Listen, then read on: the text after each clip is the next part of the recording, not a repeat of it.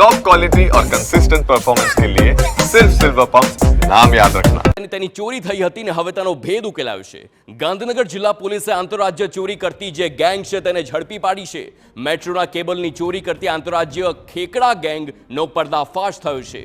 મહારાષ્ટ્ર, દિલ્હી, પુણેમાં પણ કેબલ ચોરીને આપ્યો હતો અંજામ। આંતરરાજ્ય ગેંગના 4 આરોપીઓની ધરપકડ કરવામાં આવી છે। કેબલ ચોરીના 35 જેટલા ગુનાનો પણ ભેદ ઉકેલાયો। ચોરીનો મુદ્દામાલ છુપાવવા કલોલમાં ભાડે એક મકાન રાખ્યું હતું।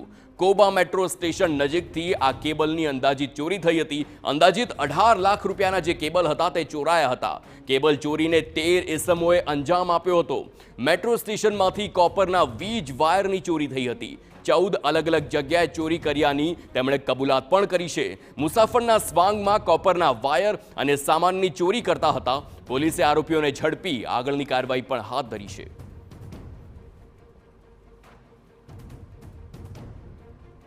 ચોરી કરતા એક મોટું ગેંગને ગાંધીનગર જિલ્લા પોલીસ દ્વારા પકડવામાં આવેલ। આ મોટું ગેંગ આંતરરાજ્યમાં મતલબ ઘણી બધી રાજ્યોમાં કામ કરતા હતા અને કુલ મળીને લગભગ 100થી ઉપર ગુનામાં આ લોકો સંડાવેલ છે। ખાસ કરીને ગુજરાતમાં જો આ મેટ્રો ટ્રેન ટ્રેક ઉપરથી 3 ગુના દાખલ થયેલ છે। એક કોબામાં, ઇન્ફોસિટી પોલીસ સ્ટેશન, એક વેજલપુરમાં અને ત્રીજું શાહપુરમાં। આ ત્રણેય ગુના ગેંગ દ્વારા કરવામાં આવેલ અને